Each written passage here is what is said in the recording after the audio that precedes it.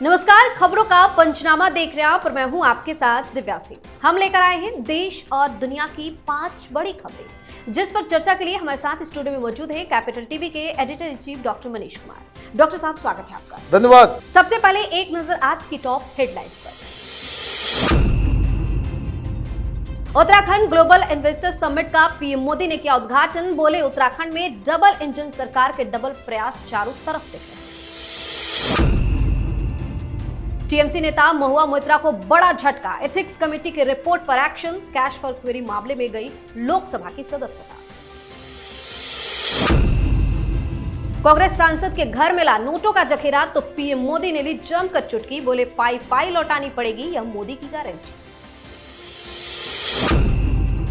मध्य प्रदेश, राजस्थान और छत्तीसगढ़ में सस्पेंस होगा खत्म। हो सकता है सीएम के नाम का ऐलान। बीजेपी ने नियुक्त किए पर्यवेक्षक।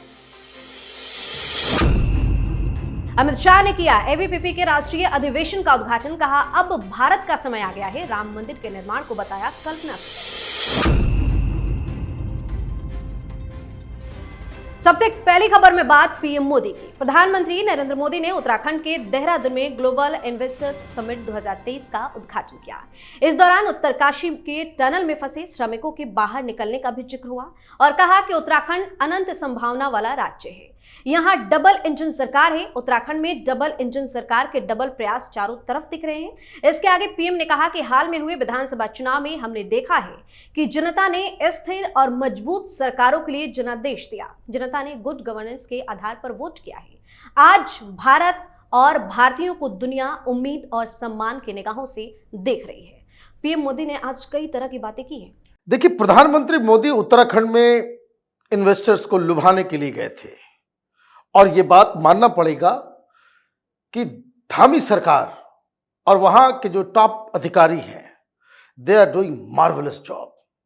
उत्तराखंड की पूरी तस्वीर बदल गई है। जो लोग आज से 7-8 साल पहले उत्तराखंड गए होंगे और आज आप जाइए, हर जगह आपको आसमान जमीन का फर्क नजर आता है, और ये वहां की लीडरशिप और सारी चीजें। लेकिन प्रधानमंत्री मोदी ने क्या बात कही, वो झकझोर देते हैं लोगों को। वहां बैठे लोगों को उन्होंने कहा कि भाई क्यों जाते हो विदेश में, ये डेस्टिनेशन वेडिंग करने के लिए विदेश क्यों जाते हो, उत्तराखंड आओ। और उत्तराखंड तो जहां नजर डालो वही पिकनिक स्पॉट है, वही जो है वो एक अजीबोगरीब माने मन को मोह लेने वाली सुंदरता वहां दिखती है हर तरफ। तो ये तमाम चीजें उन्होंने की, लेकिन उन्होंने एक चीज और कह दी है। उन्होंने कह दिया वहां कि जरा आज टीवी खोल के देखिएगा, ये कांग्रेस पार्टी के एक सांसद के घर से नोटों का पहाड़ निकला है, और नोटों को पहाड़ को लेकर के उन्होंने ऐसी ऐसी बातें कही है जो विपक्ष को चुभने वाली है। दूसरी खबर में बात महुआ मोइत्रा को लगे झटके की। टीएमसी नेता महुआ मोइत्रा को लोकसभा से निष्कासित कर दिया गया है। कैश फॉर क्वेरी मामले में टीएमसी नेता के खिलाफ ये कार्रवाई की गई है। बता दें कि लोकसभा स्पीकर ओम बिरला ने महुआ मोइत्रा के लोकसभा से निष्कासन की घोषणा की।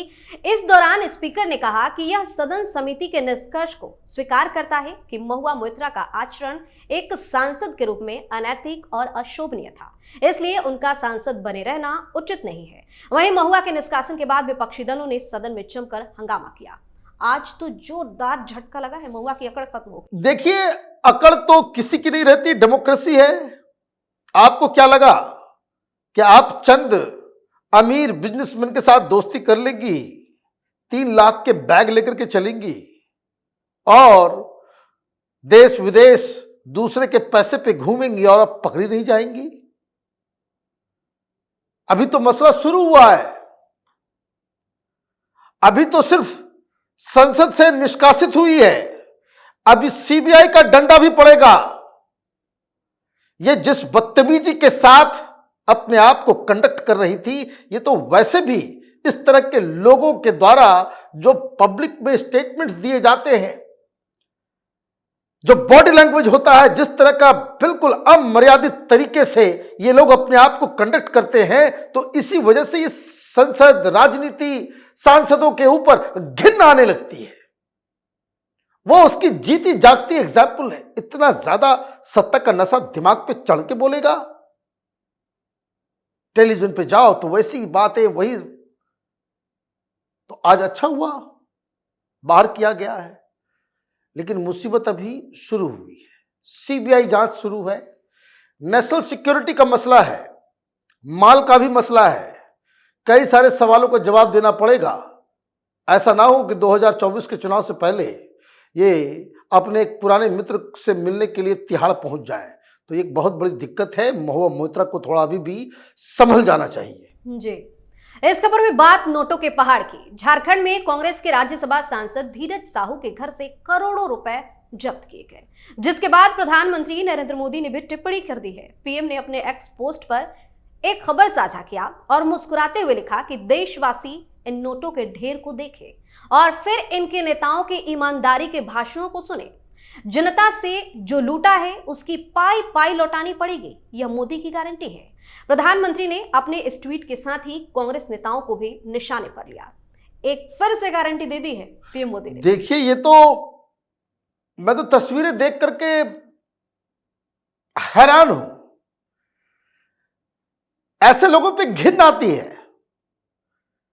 ये कांग्रेस का सांसद है, ये राहुल के मोहब्बत की दुकान का क्या है, वेटर है कि क्या है? ये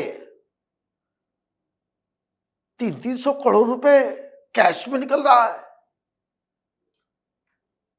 ये तो ब्रजन तरीके से, मतलब बिल्कुल नग्न तरीके से लूट मचाने का एक पूरा एग्जाम्पल है। ऐसे ऐसे लोगों को तो पकड़ के रखना चाहिए। प्रधानमंत्री ने सही किया। इस हिंदुस्तान के अंदर किसी को कोई डर ही नहीं है, कोई डर नहीं है। सांसद बन गए तो लगता है इनको गारंटी हो गई कि घर के अंदर जो है नोटों का पहाड़ इकट्ठा कर लो। कानून क्या कर लेगा, हम तो सांसद हैं। तो ये बहुत सही काम हुआ है और कैश कांग्रेस के सांसद का है। तो प्रधानमंत्री मोदी ने सही पूछा है कि अब जरा भाषण सुने इन लोगों का। है विचारधारा की लड़ाई है।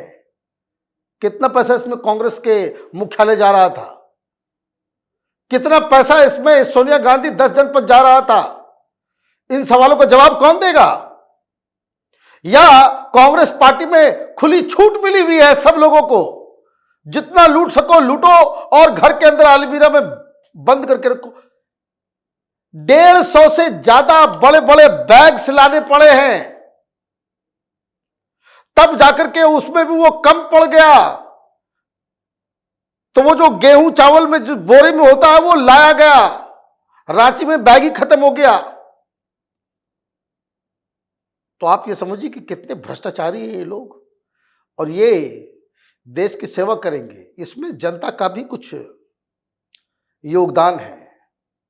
आप इस तरह की पार्टियों को, इस तरह के लोगों को बिना समझे हुए जाति के नाम पे, 500 रुपए नोट के नाम पे, दारू के बोतल के ऊपर वोट करेंगे, तो ऐसे ही ऐसे लोग हमारे सिर पे बैठ के राज करेंगे। जी, और अब बात बीजेपी के ऐलान की कर लेते हैं। बीजेपी ने मध्य प्रदेश, राजस्थान और छत्तीसगढ़ में पर्यवेक्षकों के नाम का ऐलान कर दिया है।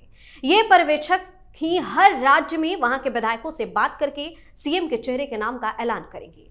बीजेपी ने रक्षा मंत्री राजनाथ सिंह को राजस्थान का पर्यवेक्षक बनाया है, वहीं विनोद तावड़े और सरोज पांडे को उनका सहायक सर्वेक्षक बनाकर भेजा है।